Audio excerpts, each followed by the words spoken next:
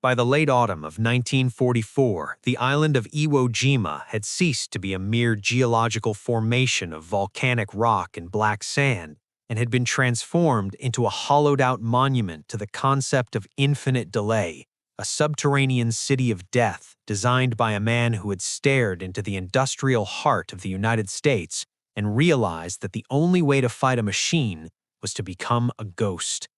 Lieutenant General Tadamichi Kuribayashi was unlike the samurai-obsessed commanders who had squandered their garrisons in feudal banzai charges on Saipan and Guam, for he possessed the terrifying clarity of a pragmatist who had served as a military attaché in Washington, D.C., and understood that the approaching American fleet would bring with it a storm of steel capable of pulverizing anything that existed on the surface of the earth. As he walked through the stifling, sulfur-choked tunnels being carved 30 feet beneath the Motoyama Plateau, the air temperature hovering near 140 degrees Fahrenheit due to the island's geothermal activity, Kuribayashi inspected the labor of 20,000 men who had been stripped to their loincloths, their bodies glistening with sweat and coated in the gray grime of volcanic ash, hacking away at the rock not to build a shelter, but to build a weapon. The general's strategy was a radical departure from the water's edge doctrine that relied on stopping the enemy on the beach. Instead, he issued a revolutionary set of courageous battle vows that forbade the suicidal bayonet charges of the past and mandated a war of attrition where every soldier was expected to kill 10 Americans before dying, a grim calculus that required the garrison to vanish from sight. Under the supervision of his chief engineer, Major Taniguchi, the Japanese troops utilized the island's own geology against the invaders, discovering that the soft volcanic stone could be mixed with cement to create a concrete of exceptional durability, which they used to reinforce a labyrinth of tunnels that would eventually span 11 miles, connecting underground barracks, command posts, hospitals, and ammunition dumps into a single cohesive organism that could survive the heaviest naval bombardment in history. The engineering was sophisticated and claustrophobic, with tunnels designed with multiple 90-degree turns to baffle the blast waves of enemy explosives, and ventilation shafts drilled vertically to the surface, camouflaged as innocuous rocks or termite mounds, allowing the subterranean army to breathe while the surface was churned into a moonscape by American battleships. Kuribayashi knew that the Americans would fire millions of shells, but he calculated that those shells would only rearrange the dirt on top of his head, leaving his fighting strength untouched in the invisible fortress below. He designed the firing positions not as exposed trenches, but as pillboxes with narrow apertures that offered no target to the naked eye, positioned to deliver interlocking bands of grazing fire across the killing zones. And critically, these positions were connected to tunnels to the main network, allowing a Japanese machine gunner to fire until his position was overwhelmed and then simply retreat into the dark, reappear at a different aperture 50 yards away, and engage the enemy from the flank. The psychological toll of the construction was immense as men collapsed from heat stroke and sulfur gas poisoning, yet the work continued with a fanaticism born of desperation, driven by the knowledge that the American task force gathering at Ulithi was bringing enough firepower to sink the island. Deep within the bowels of Mount Suribachi, the dormant volcano that anchored the island's southern tip, the defenders carved out a 7-story hive of heavy artillery and observation posts, transforming the mountain into a hollowed-out watchtower that could look down on every inch of the potential landing beaches. To the American reconnaissance planes flying high overhead, taking thousands of photographs in preparation for the invasion, Iwo Jima appeared quiet, almost deserted, a brown, ugly scab of rock in the Pacific with few visible fortifications, a deception that led intelligence officers to underestimate the defensive strength by a fatal magnitude. They saw the few trenches and dummy positions Kuribayashi had left on the surface as bait, but they could not see the hospital cave capable of holding 400 wounded men, nor could they see the generator rooms, the water cisterns, or the thousands of eyes watching from the dark slits in the cliff faces. As December bled into January of 1945, the digging stopped only for drills, where soldiers practiced running through the dark arteries of their island, memorizing the blind corners and the escape routes, preparing to enact a strategy that would trade space for time and blood for blood. Kuribayashi wrote home knowing he would never return, but he took solace in the architectural perfection of his trap, confident that when the Marines finally stepped onto the black sands, they would not be fighting an army they could see, but an island that would open up and swallow them whole, forcing them into a war where their battleships and bombers were rendered impotent by the crushing depth of the earth. The prelude to the invasion of Iwo Jima was a display of industrial violence that, by all conventional military logic, should have sterilized the island of all biological life, as the United States Navy unleashed the heaviest pre-landing bombardment in the history of warfare against a target area of only 8 square miles. For 3 consecutive days in mid-February 1945, the battleships USS New York, Texas, and Nevada parked offshore and trained their massive 14-inch guns on the slopes of Mount Suribachi in the Motoyama Plateau, firing shells the weight of small cars that slammed into the volcanic rock with earth-shattering concussions, rearranging the topography and shrouding the island in a permanent, acrid gray fog of pulverized stone and cordite. To the Marines of the 4th and 5th Divisions, watching from the railings of the transport ships, it seemed impossible that anything could survive such a cataclysm. They cheered as geysers of dirt erupted into the sky, believing that the softening up had turned the defenders into jelly. But deep beneath their feet, in the cool, dimly lit silence of the tunnel network, General Kuribayashi sat at his desk listening to the dull, rhythmic thumping of the explosions above, the vibrations shaking dust from the ceiling, but failing to crack the reinforced concrete of his command bunker. He had anticipated this storm, and he had ordered his troops to stay deep, to hold their fire, and to wait for the fleet to cease its thunder, knowing that the Americans would mistake silence for death. On the morning of February 19th, known as D-Day, the naval gunfire lifted, and the first wave of Marines hit the beaches, their boots sinking into the loose, terraced black ash that made running impossible, struggling up the slopes like men in a nightmare trying to climb a mountain of coffee grounds. Platoon Sergeant Gunny Miller, a veteran of Saipan, led his squad over the first terrace, his rifle ready, expecting the immediate crack of machine gun fire that usually greeted a landing, but there was only the sound of wind and the surf. The beach was crowded with men and equipment, thousands of targets piling up in the confusion of the soft sand, yet the island remained dormant, a silence that felt heavier and more terrifying than the noise of battle. Then, Kuribayashi sprung the trap. It didn't begin with a single shot, but with a synchronized eruption of the earth itself, as hundreds of camouflaged apertures on the slopes of Suribachi and the quarries to the north opened their shutters simultaneously. The Japanese defenders, who had been waiting patiently by their view slits, unleashed a crossfire so dense it looked like a solid sheet of lead. Miller threw himself flat into the ash as the man next to him simply disintegrated, hit by a 47mm anti-tank round fired from a position that, to the naked eye, appeared to be just another rock.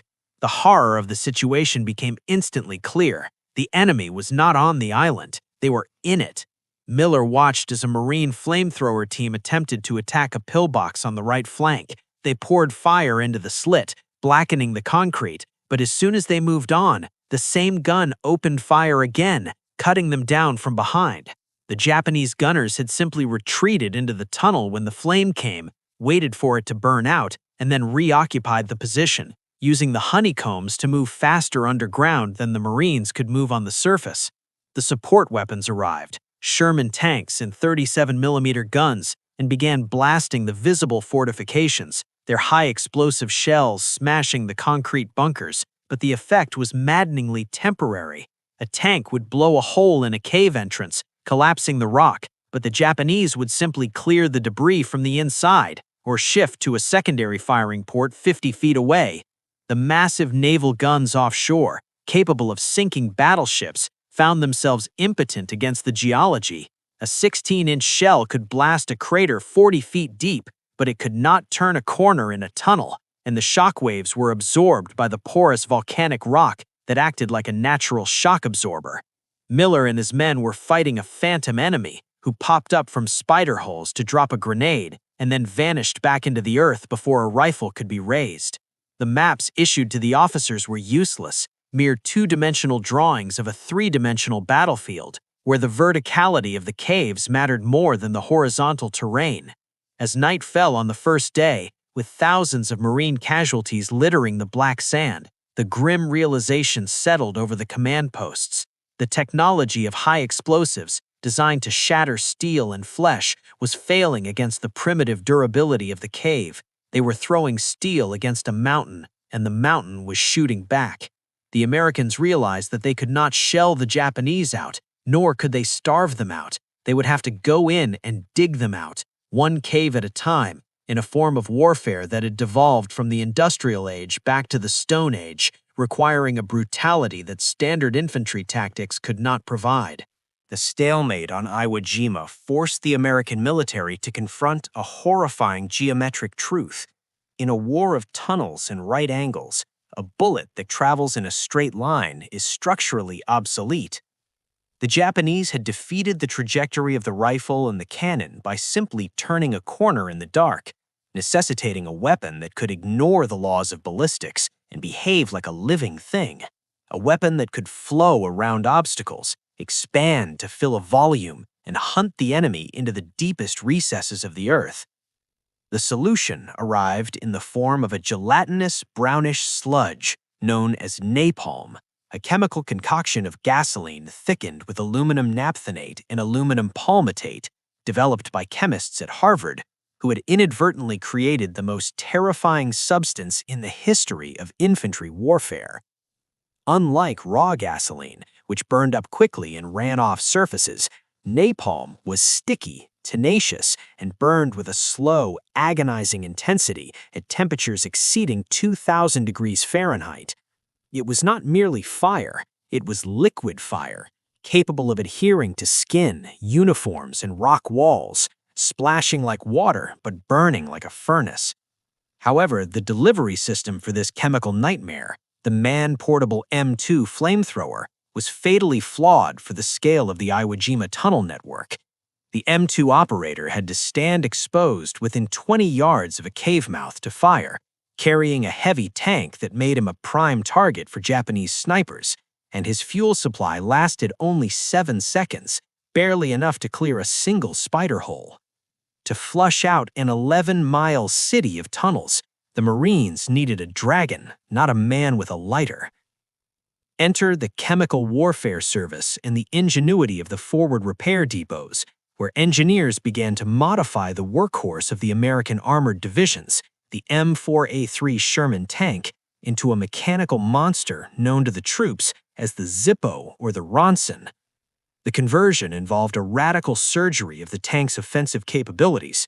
The 75mm main gun, designed to punch through German steel, was often removed or fitted with a dummy barrel, and in its place, engineers installed the POA CWS H-1 flamethrower, Pacific Ocean Area's Chemical Warfare Service, a massive nozzle connected to a high-pressure pump system. Inside the hull, the ammunition racks were stripped out to make room for huge reservoirs containing 300 gallons of napalm mix, pressurized by compressed air cylinders. The result was a weapon of industrial-scale incineration. Unlike the infantry flamethrower, which spat a short, bushy puff of fire, the Zippo tank could project a coherent rod of burning liquid over 150 yards, the length of a football field, allowing the tank to sit comfortably out of range of Japanese satchel charges while pumping fire directly into the enemy's throat. The physics of a Zippo attack were uniquely suited to the subterranean battlefield. When the operator squeezed the trigger, the nozzle didn't just shoot fire, it shot a stream of unlit liquid that ignited as it left the barrel, creating a wet flame that splashed against the cave entrance. Because the fuel was a liquid gel, it didn't stop at the wall. It ricocheted, splashing around corners and coating the interior walls of the tunnel, carrying the fire deep into the dark sanctuary that bullets couldn't reach. But the true horror of the weapon lay in its secondary effect, a phenomenon the chemical officers called asphyxiation via oxygen depletion. The combustion of such a massive volume of napalm within a confined space instantly consumed all the available oxygen in the tunnel system, creating a vacuum that sucked the air out of the lungs of anyone hiding deep inside, even if the flames never touched them. The Japanese defenders, huddled in their bomb-proof bunkers 50 feet underground, would suddenly find their candles flickering out and their chests heaving in panic as the air turned to carbon monoxide. The Zippo didn't just burn the enemy, it suffocated the mountain itself. As the first of these flame-throwing tanks rumbled toward the lines at the meat grinder, their turrets traversing toward the cliff faces, they represented the final escalation of the Pacific War, a shift from the tactical aim of neutralizing the enemy to the total elemental destruction of the environment they inhabited. The invisible fortress of General Kuribayashi was proof against high explosives, but it had a fatal weakness. It needed air to breathe, and the Americans had just brought a machine designed to choke it to death. By the second week of March 1945, the battle for Iwo Jima had devolved into a slow, grinding siege centered around a rocky amphitheater of death known as the Meat Grinder, where the 4th Marine Division was losing men at a rate that threatened to break the unit's cohesion. The Japanese defenders, entrenched in the labyrinthine tunnels of the Hill 382 complex, had effectively stopped the American advance, using their shoot-and-scoot tactics, appearing from hidden apertures to cut down a squad of Marines, and then vanishing before return fire could be effective. It was here, in the shadow of the Turkey Shoot ridges, that the Americans finally perfected the tactical synthesis that would break the deadlock, a brutal two-step choreography of destruction that became known in the history books as Corkscrew and Blowtorch. This was not a fair fight, nor was it intended to be. It was an industrial extermination protocol designed to bypass the code of Bushido by denying the enemy the opportunity to die fighting. The Blowtorch was the M4A3 Zippo tank, and the Corkscrew was the demolition team of the combat engineers, and together they formed a symbiotic killing machine that methodically erased the subterranean network one entrance at a time. The operation began with a deceptive lull as the riflemen pulled back, clearing the lanes of fire for the massive clanking bulk of the Zippo tank as it ground its way over the basalt rocks, its turret traversing toward the black maw of a Japanese cave entrance that had been spitting machine gun fire only moments before. Inside the cave, the Japanese gunners braced themselves, expecting a high-explosive shell that they could weather in the safety of the rear gallery, but the tank did not fire a shell. Instead, the main gun nozzle emitted a guttural, hissing roar, and a coherent rod of orange liquid lashed out across the gap, splashing into the cave mouth with the violence of a fire hose. The blowtorch phase was terrifyingly thorough. The operators swept the stream back and forth, painting the rock walls with sticky, burning gel that flowed like lava, ignoring the geometry of the tunnel. Deep inside, the Japanese soldiers experienced a horror that transcended physical wounding. The initial blast of heat was intense enough to blister skin 50 feet away, but the true killer was the atmospheric pressure drop. As the napalm consumed the oxygen, the air rushed out of the tunnel toward the fire, creating a wind that dragged men toward the entrance even as they tried to flee deeper. The screams of the burning were silenced almost instantly by the vacuum, leaving only the roar of the fire and the dull thud of bodies hitting the floor as they suffocated in the dark.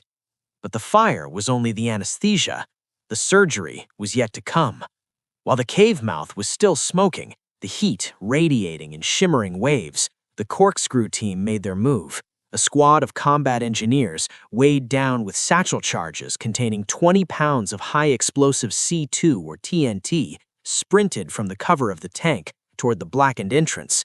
They did not enter the cave, that was suicide, but instead worked at the threshold with the practiced speed of demolition experts. They hurled the charges deep into the throat of the tunnel, or in some cases, placed them carefully against the rock archway of the entrance, setting the fuses for a short delay. Fire in the hole! The shout was followed by a sharp, cracking explosion that lacked the cinematic fireball of the movies, but possessed a terrifying geological finality. The blast shattered the rock integrity of the entrance, bringing tons of basalt crashing down to seal the opening, or shifting the earth to cover the vent. In cases where explosives were insufficient, the Seabees brought up armored bulldozers, their massive blades pushing mounds of volcanic ash and dirt over the cave mouth, burying it under a suffocating weight of earth. The result was a silence that was more disturbing than the noise of the battle. There was no surrender, no prisoners, and no bodies to count. The cave had simply ceased to be a fighting position and had become a tomb. The Japanese soldiers trapped inside, behind the wall of collapsed rock, were left in pitch blackness, their air supply cut off, doomed to a slow, agonizing death by carbon monoxide poisoning or dehydration in the tomb they had dug for themselves. The Corkscrew and Blowtorch team didn't pause to reflect on the grim morality of their work. They simply checked their maps, reloaded the napalm tanks, and moved 50 yards to the next aperture to repeat the process. It was a method of warfare that stripped the Japanese defender of his agency. He could not die for the emperor. He could not take an American with him. He could only be extinguished like a pest in a hive. The psychological impact on the surviving Japanese in adjacent tunnels was devastating as they listened to the muffled thuds of their comrades being sealed in, knowing that the mechanical dragon was inching closer to their own air vent, bringing with it the liquid fire that would turn their fortress into their grave.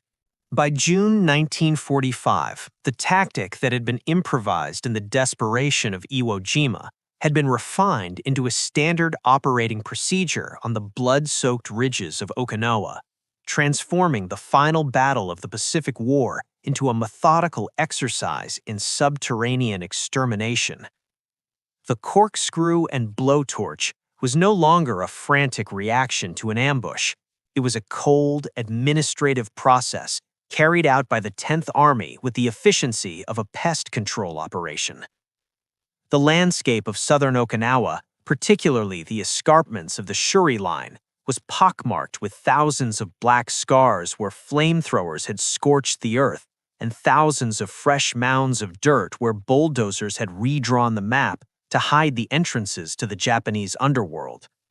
Private First Class Stevens, a 19-year-old replacement who had arrived expecting the glorious bayonet charges he had seen in newsreels, found himself instead standing guard over a silent, sealed cave on Hacksaw Ridge, staring at a pile of rocks that marked the grave of perhaps 50 or perhaps 500 enemy soldiers. There was no way to know, and the army had stopped counting. The silence that hung over the ridge was not peaceful. It was heavy and sickening, broken only by the hum of the flies and the occasional hiss of gas escaping from a fissure in the ground, the telltale sign that the sealed tomb was decomposing from the inside. Stevens watched as a combat engineer team packed up their gear, their faces masked with handkerchiefs, not against the dust, but against the smell, a cloying, sweet stench of rotting flesh mixed with sulfur and unburnt napalm that permeated the entire island, a scent that would haunt the nightmares of a generation of Marines long after the guns fell silent. The legacy of the Cave War was visible in the statistics that the intelligence officers tallied in their tents. On Iwo Jima, of the 21,000 Japanese defenders who had garrisoned the island, only 216 were captured alive during the battle. The rest were not merely killed in action, they were entombed. The Japanese strategy of digging in, designed to force the Americans to pay a butcher's bill for every inch of ground, had backfired in the most horrific way imaginable. By retreating into the earth to escape the artillery, they had removed themselves from the maneuver warfare that allowed for retreat or surrender. They had locked themselves in a concrete box, and the Americans, realizing they could not unlock it, simply welded the door shut. The cave networks, masterpieces of engineering with their ventilation shafts and hospitals, had turned into mass graves where the hierarchy of the Imperial Army dissolved in the dark. Years later, when Japanese bone collection teams returned to these islands to excavate the sealed entrances, they found scenes of apocalyptic despair, mummified bodies huddled around unlit lanterns, diaries with final entries scribbled in the dark as the oxygen ran out, and officers who had committed ritual suicide rather than suffocate. The safety of the cave had been a cruel illusion. The earth provided protection from shell fragments, but it offered no defense against the physics of fire and air displacement. The corkscrew and blowtorch tactic also marked a profound psychological shift in the American approach to the war. The frustration of fighting an invisible enemy who refused to surrender had stripped away the last vestiges of chivalry. There was no room for mercy when a dead bunker could shoot you in the back. The tank crews operating the Zippos and the bulldozer operators burying the caves ceased to see the enemy as individual soldiers. They were simply a hostile infestation that had to be burned out to make the island safe. This dehumanization was the inevitable result of the Japanese defensive doctrine. By refusing to fight on the surface, the Japanese forced the Americans to turn the war into an industrial process of earth-moving and incineration. The final image of the campaign is not a flag being raised or a treaty being signed, but the view from a reconnaissance plane flying low over the southern tip of Okinawa. The ground is scarred and broken, devoid of trees, smoke rising from 1,000 vents in the coral. Down below, a lone armored bulldozer pushes a final mountain of dirt over a cave mouth, sealing it forever. The driver doesn't look back. He simply shifts gears and moves to the next hole. The war had ended, not with the clash of swords, but with the roar of an engine burying the past, proving that against a modern industrial power willing to use liquid fire, there is no hole deep enough to hide in. The caves of the Pacific remain there to this day, silent, concrete tombs holding the bones of an empire that thought it could defeat the future by digging into the past.